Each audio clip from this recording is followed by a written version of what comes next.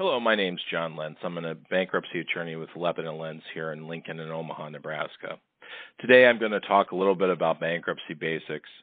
These are protections common to any consumer bankruptcy filing, and most of the time it's the reason a person files for bankruptcy in the first place. First is the automatic stay. This is common to all bankruptcy filings. It provides the debtor in bankruptcy some breathing room. Under the bankruptcy code, the automatic stay is, as the name implies, automatic. It is imposed on the day a debtor files bankruptcy. The stay prevents creditors from beginning or continuing an action against the debtor or the debtor's property. This would include suing the debtor, garnishing the debtor, contacting the debtor in any form, and doing anything with the debtor's property. There are exceptions to this stay for certain creditors, such as an ex-spouse owed child support or the collection of fines by the government, but for most people, the automatic stay is the biggest benefit to filing a bankruptcy. It puts a stop to the harassment and the financial ruin. Second, there are ways a debtor in bankruptcy can realign their situation to avoid problems in the future. A debtor can remove liens from their property once a bankruptcy is filed. A debtor may, for example, lift a lien on their real estate that is not wholly secured or which was obtained by a judgment. This allows a debtor to reorder their affairs. A debtor may also recover property that was taken from them within a certain time period prior to filing bankruptcy. A common example is garnishments prior to filing.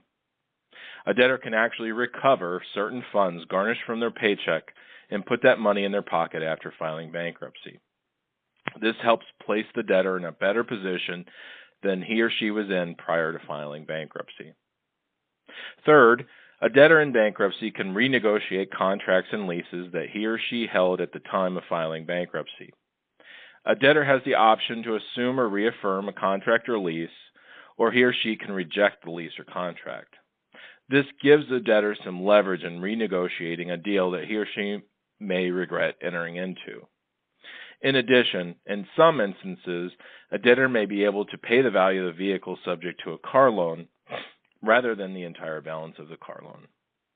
For example, let's say Joe owes $14,000 on his 2005 Toyota Corolla. Clearly, he'd be paying far more than the vehicle is worth. Joe can force his car lender to accept payments totaling the value of the vehicle, let's say $4,000, and the car lender will accept those payments and will be required to turn the title over to Joe after Joe is discharged from bankruptcy. This is a very common benefit when a debtor has had to finance some negative equity on a trade-in. Fourth, a debtor can catch up or cure defaults he has on certain debts. Many people file bankruptcy because they are behind on their mortgage or car payments. Bankruptcy can help people save their homes from foreclosure and their vehicles from repossession. Also, people who owe tax debts, back child support, and other debts that they must pay or desire to pay can do so on a payment schedule that works best for them and under the authority of law and under the control of the United States Bankruptcy Court. Finally, a debtor files bankruptcy primarily for the discharge of debt he or she receives at the end of the case. Under the bankruptcy code, all debts are discharged as to the person filing bankruptcy, subject to some exceptions.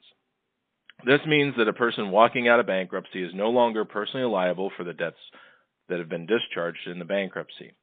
This will ultimately better one's credit as their income to debt ratio is in a better proportion, and it also allows a person to start rebuilding their credit. In essence, a bankruptcy is a financial do-over. Now, these are just some of the basics about bankruptcy, and if you'd like to discuss what bankruptcy can do for you, please give me a call at 402-421-96